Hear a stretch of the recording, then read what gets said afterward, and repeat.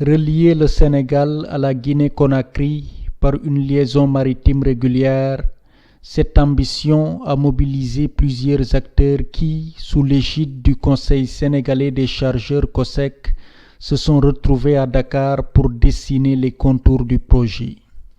Oui, en fait, c'est un projet déjà qui a sa source lors de la foire de Kaolack, foire durant laquelle les opérateurs économiques des deux pays avaient manifesté le souhait, n'est-ce pas, d'aller vers une liaison maritime entre le Sénégal et la République de Guinée. Le COSEC, conformément à sa mission d'assistance aux chargeurs, avait pris l'initiative de convoquer les différentes parties pour travailler à la mise en œuvre, n'est-ce pas. Aujourd'hui, entre COSAMA, qui est un peu notre armement national au niveau duquel armement le COSEC est actionnaire majoritaire, le COSAMA, donc en rapport avec la SAM, qui est une société guinéenne, n'est-ce pas, travaille dans le cadre de ce projet. Ils sont très avancés pour, au-delà du transport maritime, irrégulier qu'on appelle le tramping, aller vers une liaison régulière. Les autorités guinéennes ont affiché leur adhésion à ce projet qui, à terme, aura des répercussions positives pour les deux pays. Je m'appelle Tabara Diop, je suis la directrice générale de la SAM, Société africaine d'activité maritime, qui est basée en Guinée. Premièrement, il y a le premier aspect du projet qui concerne le transport maritime, le transport de marchandises, ce qui signifie que les différents opérateurs économiques en général auront maintenant plus de choix, des alternatives en fait de transport, ce qui fait qu'en termes de production, ils pourront mieux écouler leur production dans la sous-région à des prix, nous espérons, abordables pour les différents opérateurs maritimes, les opérateurs économiques. Dans un deuxième volet, en fait, il y a l'aspect transport de passagers.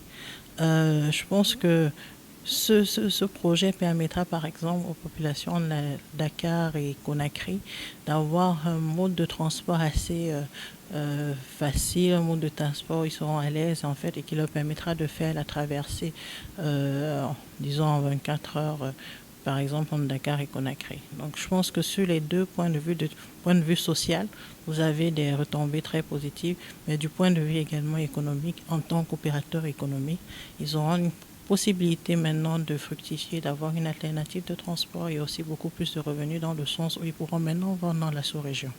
Dans une sous-région où le commerce intra-régional est assez faible, cette liaison maritime devra contribuer à redonner un nouveau souffle à l'économie.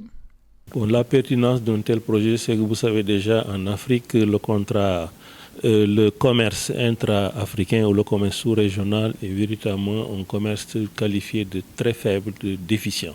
Il est estimé à moins de 12% des échanges commerciaux. Il s'y ajoute que ce sont les grandes compagnies en réalité qui desservent l'Afrique et vous savez, de ce point de vue, il y a un tout petit peu sur le plan tarifaire des normes qui ont été prises par eux-mêmes sans le consentement peut-être des chargeurs africains. Donc nous aurons souhaité peut-être inverser la tendance. Aujourd'hui, nous réunir donc sous la bannière donc régionale pour essayer d'exploiter donc en commun les marchandises à l'import et à l'export en faisant ce qu'on appelle donc la ligne régulière, mais essayer également de nous linker avec ces compagnies majeures pour faire également du feedering, transformer nos ports par exemple en hub pour éclater les marchandises vers les ports que nous voulons desservir. Alors c'est ça l'idée du projet, mieux booster les échanges, accentuer donc la production au niveau de nos pays respectifs et peut-être développer la compétitivité.